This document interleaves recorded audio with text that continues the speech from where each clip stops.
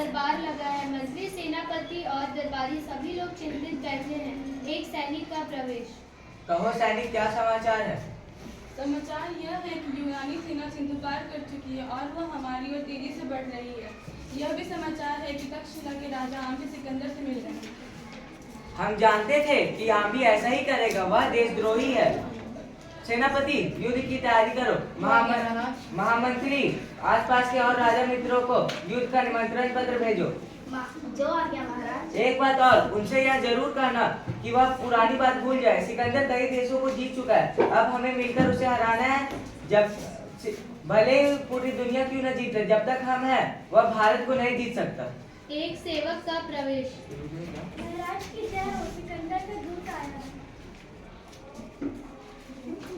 उसे अंदर ले आओ। दूत का प्रवेश व झुककर राजा पुरु को सलाम करता। महाराज की जय हो। कहो दूत, तुम्हारे सम्राट ने हमारे लिए क्या समाचार भेजा है? महाराज, सम्राट ने कहा है कि वे दुनिया जीतने के लिए यूनान से निकले हैं। वे निर्दोष जनता का खून नहीं बहाना चाहते। उनकी इच्छा है कि आप भी आम्बी की तरह उनसे सलाह कर लें। इस तरह लड़ाई भी नहीं होगी और आपकी गद्दी भी बच जाएगी। और अगर हम उनकी बात ना माने तो सम्राट ने लड़ाई के लिए तैयार रहने को कहा है। महाराज, वे सिर्फ जीतना जानते हैं। दूत, अपने सम्राट से कह देना कि हम उसे हारना सिखा देंगे। अब युद्ध के मैदान में उसका स्वागत करेंगे।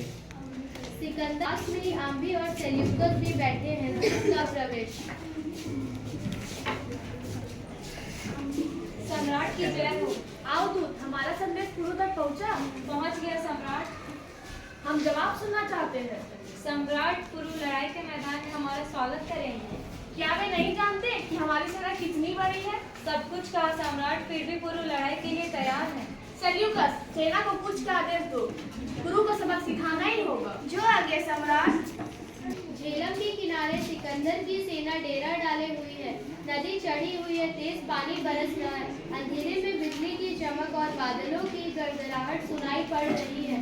मंच पर प्रकाश होता है। सिकंदर सेल्यूकस से बात कर रहा है।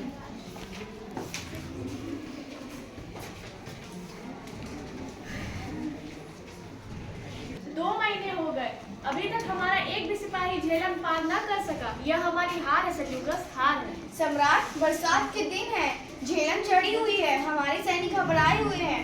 पुरु के पास हाथियों की बड़ी फौज है, हमारे सैनिक हाथियों का मुकाबला करने से डर रहे हैं। सिकंदर के जीते जी उनके जवानों पर कैसा डर? डरने से अच्छा है कि हम सब झेलम में डूब मरे। एक सिपाही का प्रवेश। महाराज की जय हो। राजा आम्बी आपसे मिलना चाहते हैं। उन्हें आदर के साथ ले आओ। प्रणाम सम्राट। आइए राजा आम्बी, हम आपका ही इंतजार कर रहे थे। हमारे जवान गुरु के हाथियों से घबराए हुए हैं। लगता है लड़ाई का विचार छोड़ना होगा। आप ऐसा ना सोचे सम्राट, यह वर्षा हमारे लिए वरदान है। दलदल और गीली जमीन में हाथियों के पैर नहीं टिकते। कल का दिन आपकी विजय का दिन होगा।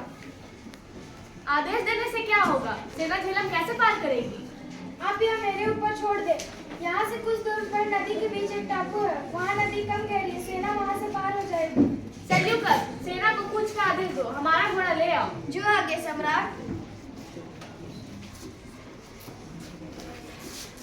रात का समय, मंच पर अंधेरा है। पर्दे के पीछे पुरु के सोते हुए सैनिकों पर सिकंदर की सेना का आक्रमण।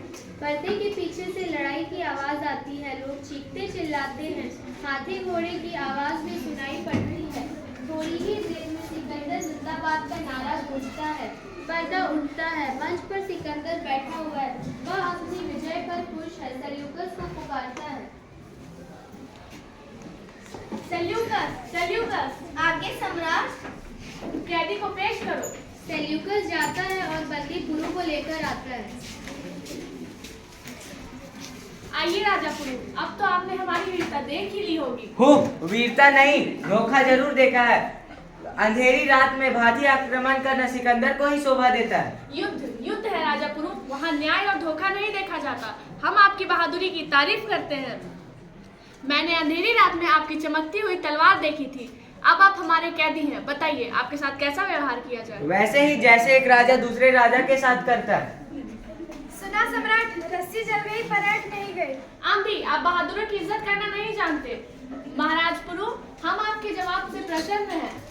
हम आपको आपका राज्य वापस करते हैं। हम आपको कैद से आजाद करते हैं। मगर सम्राट, आपने यह राज्य मुझे देने का वादा किया था। यह धोखा है। आप भी अपनी औकात समझो। धोखा मैंने नहीं, तुमने अपने देश के साथ किया है। देश के गद्दारों को सबक सिखाना यूनानी खूब जानते हैं। अब आप जा सकते हैं। महाराज पुरु, मैं आज से आपका दोस्त हूँ। मैं वचन देता हूँ कि यह मित्रता जीते जी कायम रहेगी।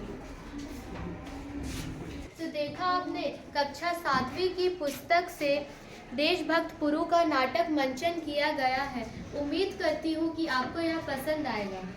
धन्यवाद।